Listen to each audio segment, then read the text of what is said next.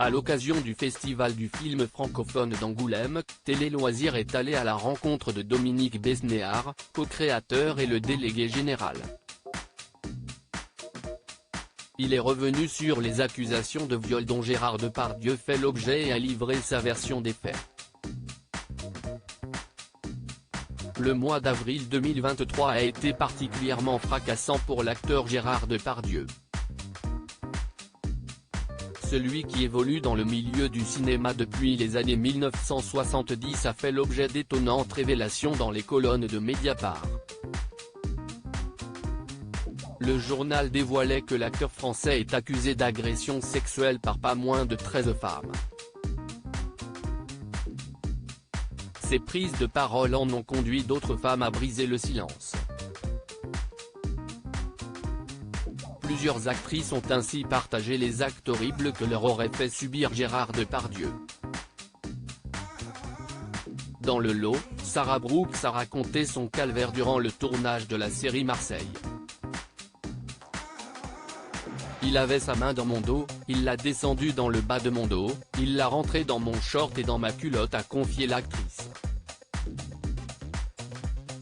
Elena Nogueira a souhaité réagir à cette actualité en partageant une publication du média humoristique du Gorafi où il est écrit « Selon une étude, il faudra atteindre 1257 témoignages pour prendre au sérieux les accusations contre Gérard Depardieu ».